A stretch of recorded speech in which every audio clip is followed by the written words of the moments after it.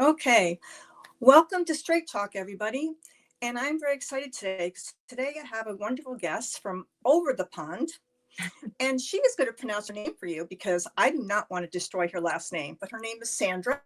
Sandra, why don't Yes. you go ahead and say your name? I am Sandra Honogen. Wonderful. I do not like destroying people's names. I'd love for you to share how you got to where you are with your jewelry. And I know it's been a journey, and I know you've come from other places and to where you are now. So why don't you explain a little bit about your journey? Yeah, so actually it's funny that my family name is actually very Finnish, but I'm actually Estonian. And so I moved from Estonia to Toronto, Canada in 2019, and I was 22 years old. And I had very high hopes and big dreams and goals and everything.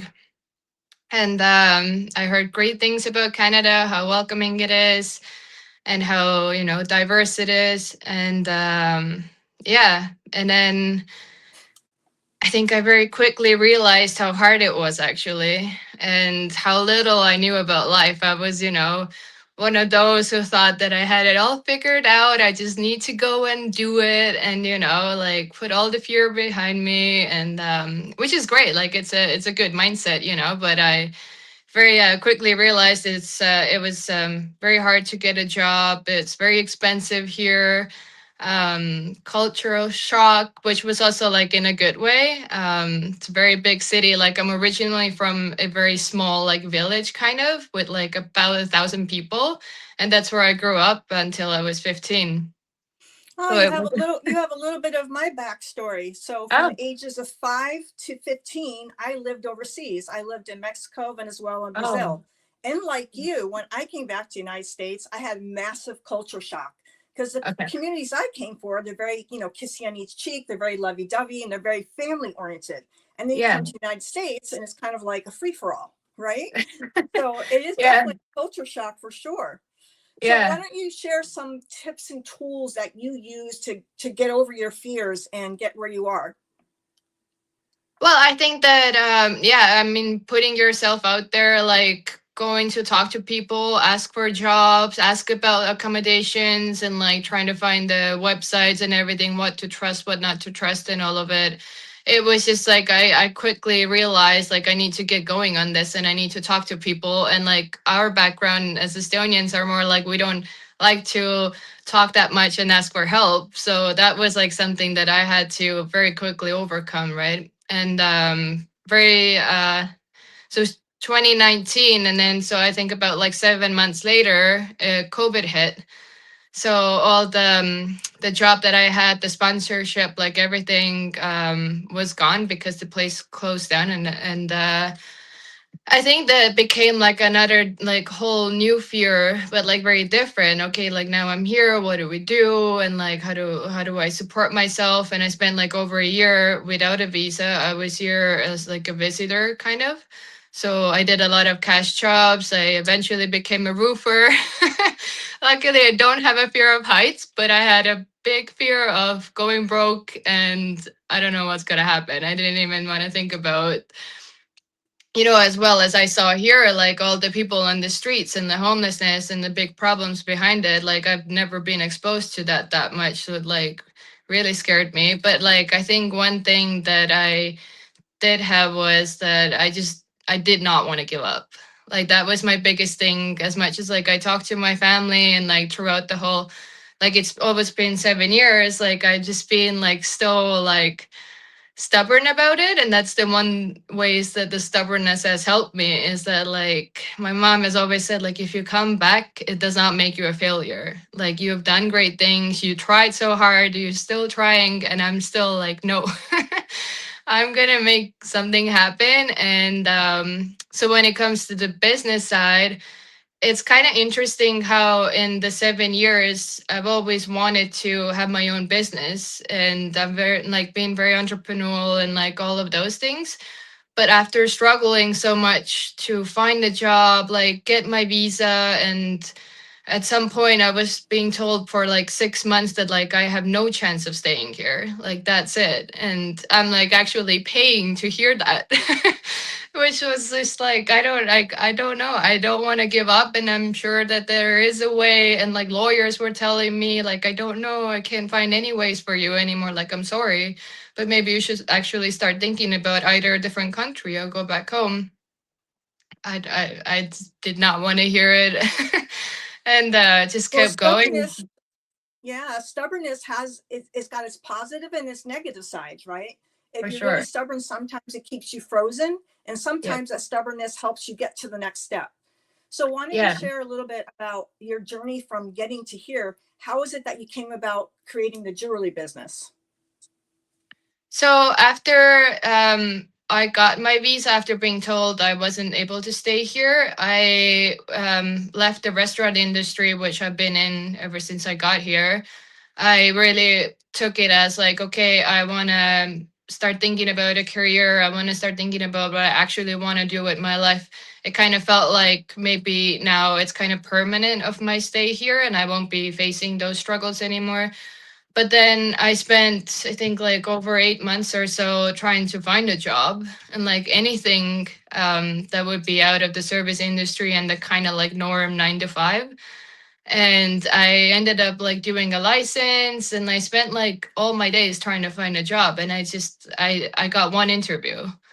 And I think it's just what what I thought was like a big country and a lot of opportunities. I did not really think about, because it's a big country and a lot of job opportunities. It's also a lot of competition, right?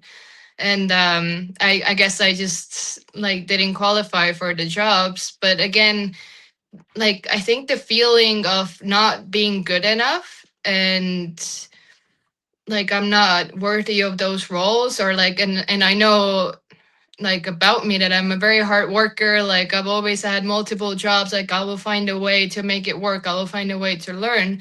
But like it just wasn't happening for me. So I think all of those feelings like just made me be like, okay, it's time to start your own business. Like I like what else is there to do? I'm not gonna give up, right? Right. So why don't you share a little bit about your business? What is it that you create? So I make jewelry. I design and make jewelry, and it kind of started with I guess it's very deeply rooted in my own journey, and like I like inspirational things, so I started like creating those stories behind my jewelry. So it's not just jewelry, and like my designs are kind of like they come from either my experience or others' experience that I really liked and related to, and that has like helped me in my past. So let's say like these earrings here, they're very Oh, those like are beautiful. mirror looking one, and like so those ones are like I wear them as reminders of like what you have gone through, what you've gotten over, and like, and I still need those reminders like every day, because like sometimes when you're so in it in the moment, and then even like starting a business is not easy. So I still No, need it's to not. think about, yeah, all the past experiences, and then I now know what the end results in those ones were, and I need to use it to kind of like keep myself still, so I can keep going and being like motivated, and I still have like hard days obviously, and like question myself, self-doubt is like a big one. So I have like some rings and stuff that have like meanings behind it of like don't be so critical of yourself, and that's why I like sharing about it too, because I gotten over those moments when I've listened to others, and like heard others say that like, yeah, me too, like I've gone through it all, and that that's how we all can help each other. Yeah, and that's the thing. Telling our stories, there's always someone somewhere that needs to hear our story, and Yeah. so the people that are watching or listening, you're always going to the people that need to hear are going to be gravitated towards the podcast. So that's Yeah. always a wonderful thing. What would you say to people that are coming from other countries? What advice could you give them? I think that maybe a little bit naive, but I think that there's always a way. like for someone who is like I don't even know how many visas I've gotten, like, and for a long time I was being told that there's no way. Like I still found a way, and if you keep looking and searching, and I don't even want to say that like I just want to be kind of clear that like it was very hard, and it's okay to like feel sad about it and like feel down about it, but like it's so important to like acknowledge that and give yourself some grace and then keep moving forward, right? Like Right. So keep moving yeah, forward. That would be the yeah, step. yeah. Like Is just the next one, you'll get a lot of no's, you'll get a lot of like there's no way and this and that, and then you will find a person. Like I found a consultant and he figured it out with me. That's wonderful. Yeah. Can you share with people also the website of your jewelry? So if someone wants to go there and look at it. Yeah, so it's shjewelry.ca. Okay. Yeah. So that will be, I'll put that also in the text later. Yeah. So what would be some closing remarks you'd like to share with someone? Like what would be like 3 ahas, 3 like juicy tips? Yeah. I would say in my experience, like don't wait, maybe. It's one of them. I've spent a lot of my life waiting and wishing for things to happen, and kind of trying to manifest, even though I am very, big believer in manifesting, but like also like just go for it, Mhm. because wishes and dreams don't come true unless, you keep Unless you do waiting the for work. them. Yeah, yeah, like you gotta put some work behind it, and then I guess it comes to the next thing, that it doesn't need to be perfect. And like that's something that I've learned with myself and starting my business. Like it took me 7 months to launch because I wanted it to be so perfect, but like it wasn't even perfect, and I was fine with going with it. And now it's well, it will be a year in the summer. So like it's been a little bit of time that I've had the jewelry business going, and there's so much more that has come out that I just wouldn't have even known.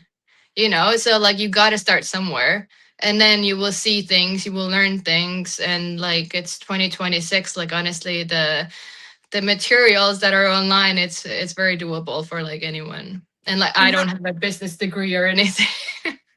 and how can people reach you if someone wants to reach out to you and I work would with I you? would say maybe Instagram is where I'm the most active. I've been trying to do some TikTok, and email is very easy.